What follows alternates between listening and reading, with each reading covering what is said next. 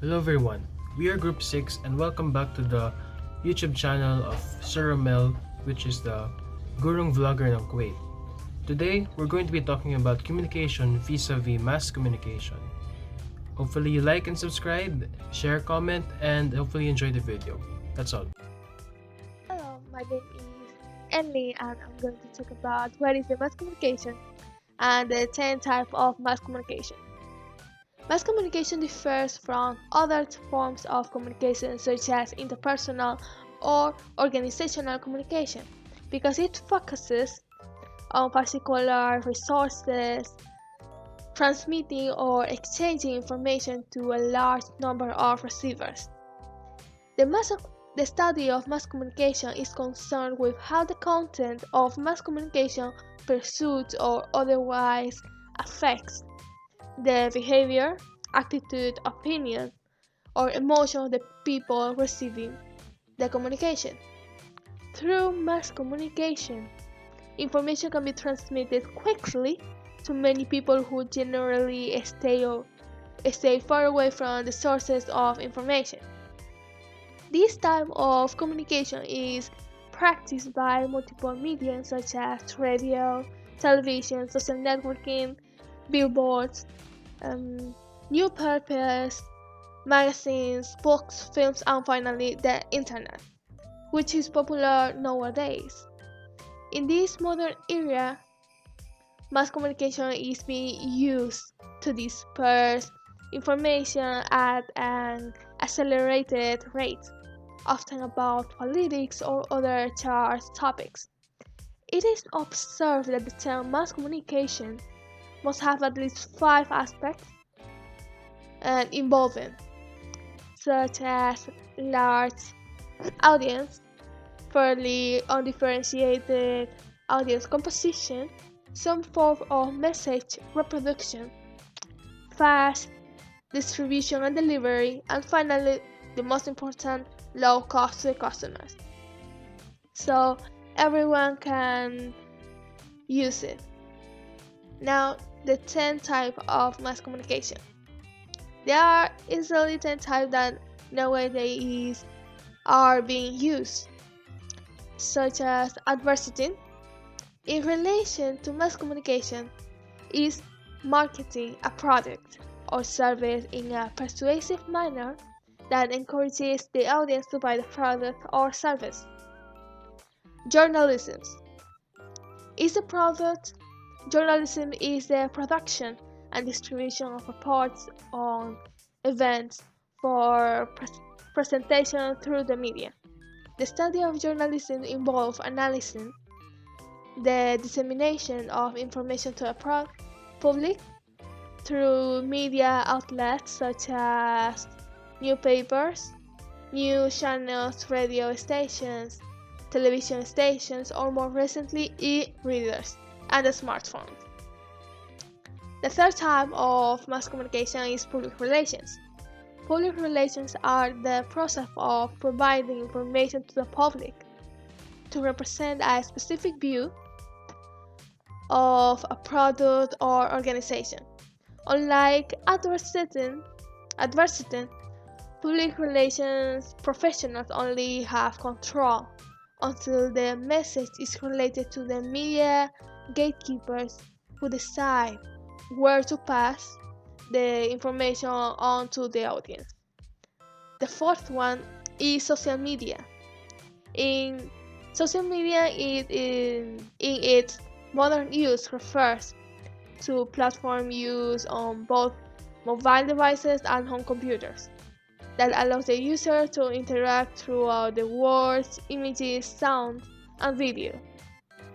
Social media includes popular sites such as Facebook and Instagram, as well as sites that can aid in business networking such as LinkedIn.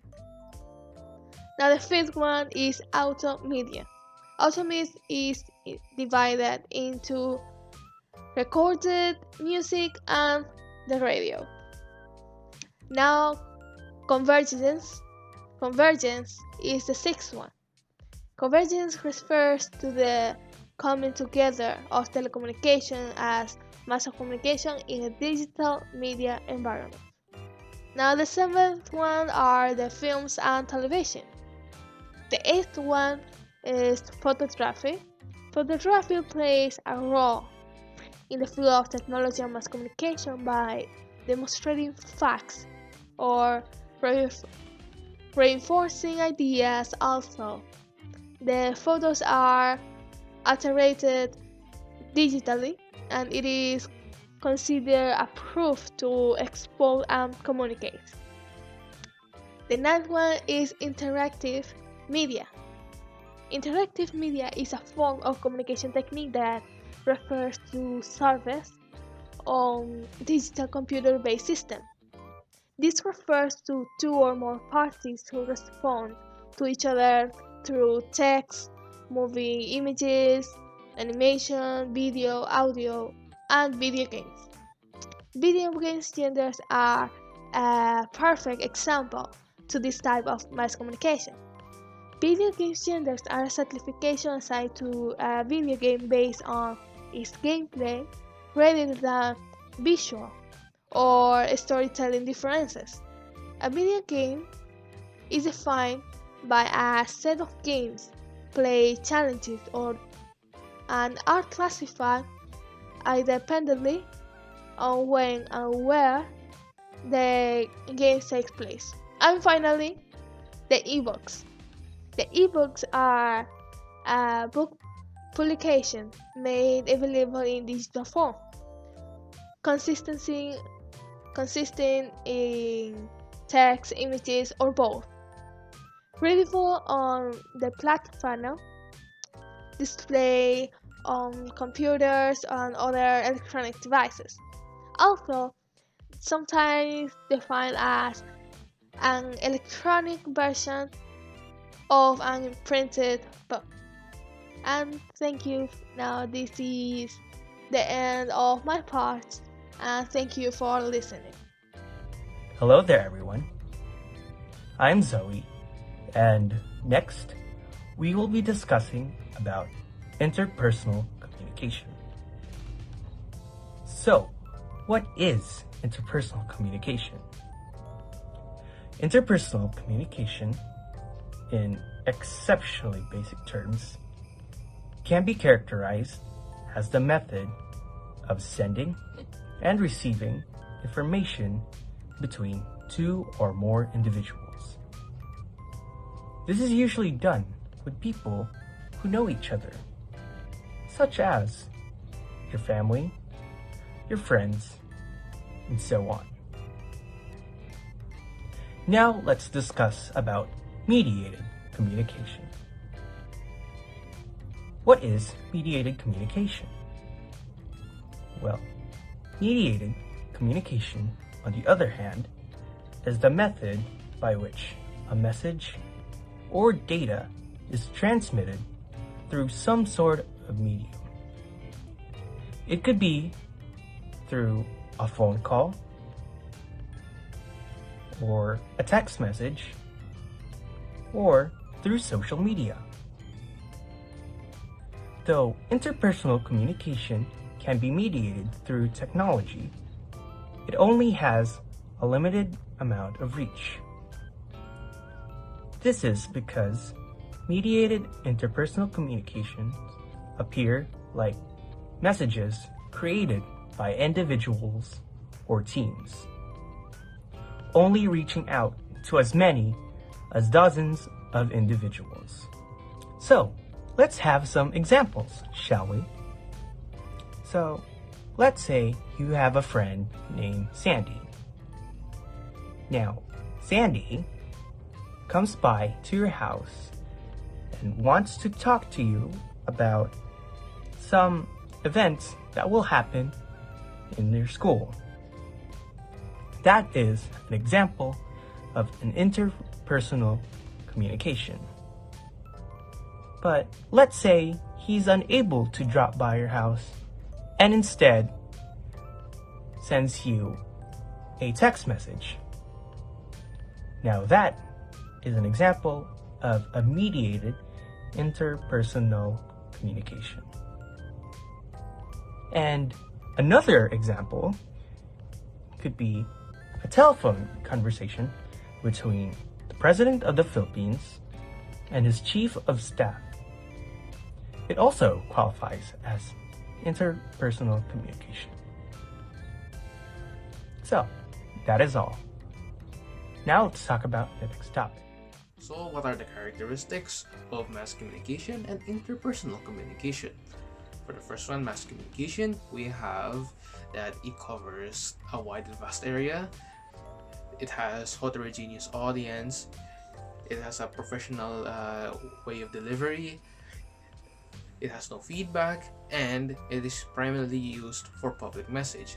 So, when talking about mass communication, we're talking about giving out a speech or communicating to tens of thousands of audience via mouth to audience or via media information.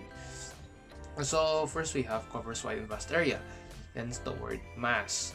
It covers almost anywhere the internet can reach if it's popular, and if it's from mouth to audience, there's a speaker and an audience, there will usually be a whole lot of crowds. So the next one, heterogeneous audience.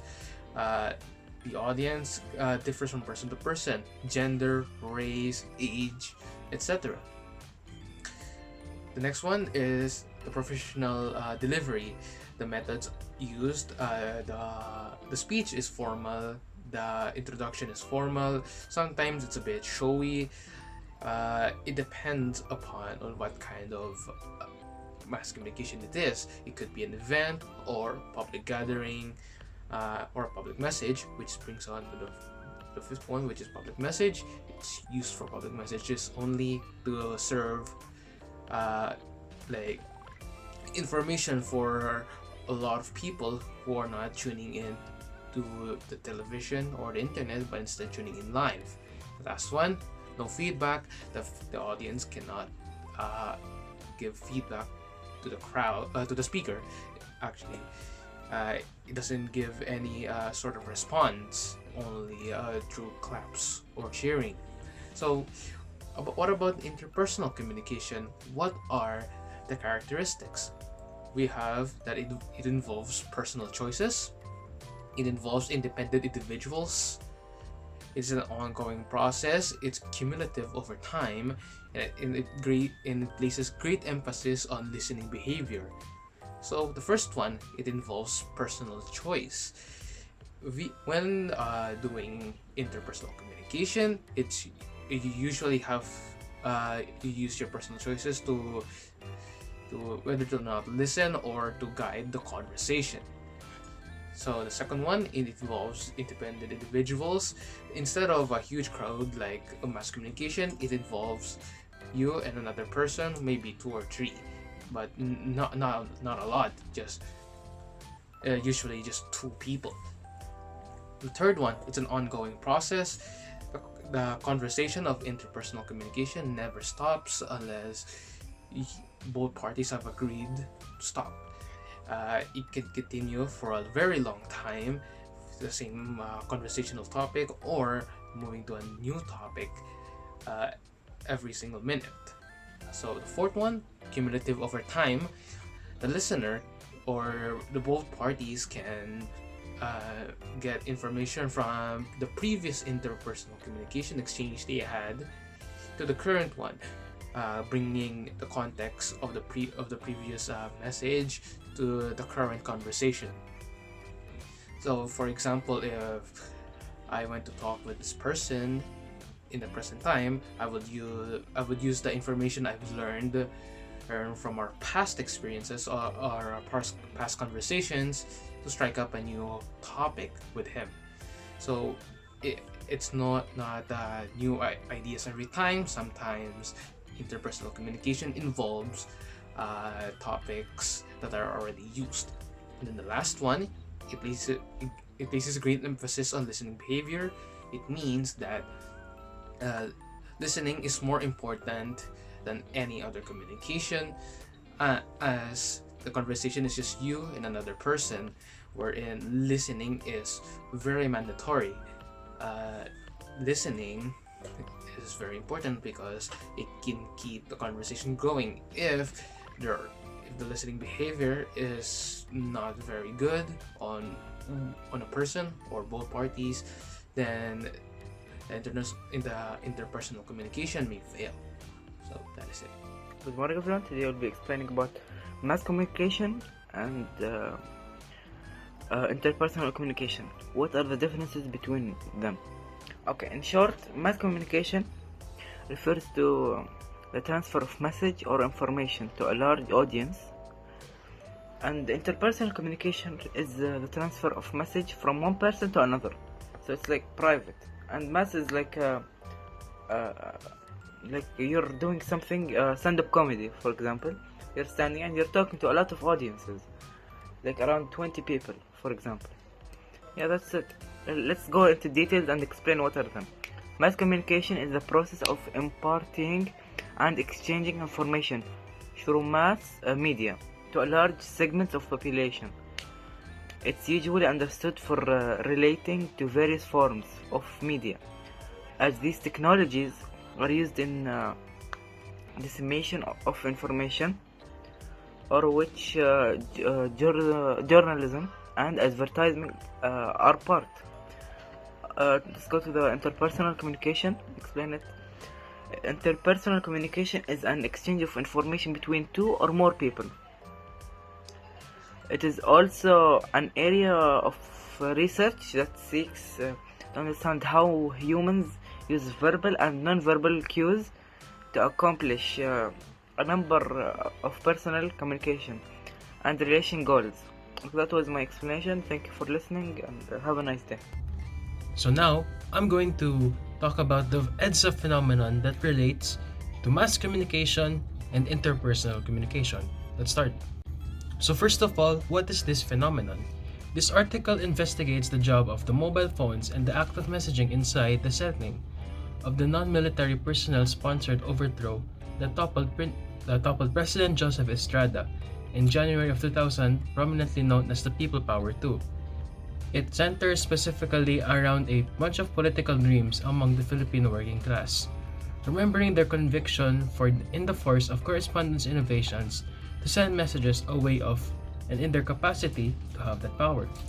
Along these lines, they had confidence in their capacity to dominate their relationship to the majority of individuals with whom they consistently shared Manila's jam-packed roads. Using the force of groups to address the state, correspondence from this point of view held the Masonic guarantee of refashioning the heterogeneous group into a group tending to and tended by the guarantee of equity. Be that as it may, as we will see, such telecommunicate thoughts were predicated on the putative voicelessness of the majority. For one-third, the majority pointed out the delicacy of middle-class professors to shape the sending and gathering of messages about the appropriate act of governmental issues in the country and state. And so now, I'm going to explain everything about this phenomenon and how it relates to mass communication and interpersonal communication, as well as communication vis-a-vis mass communication. So basically, this phenomenon describes the different types and uses of communication. As we have said earlier, examples include interpersonal communication, which is again a face-to-face conversation, and a mass communication, which is once again talking to a mass group of people. There are also elements used such as source of the message, the process of transmittal, and the way feedback is generated and sent. So how does this relate to the EDSA phenomenon?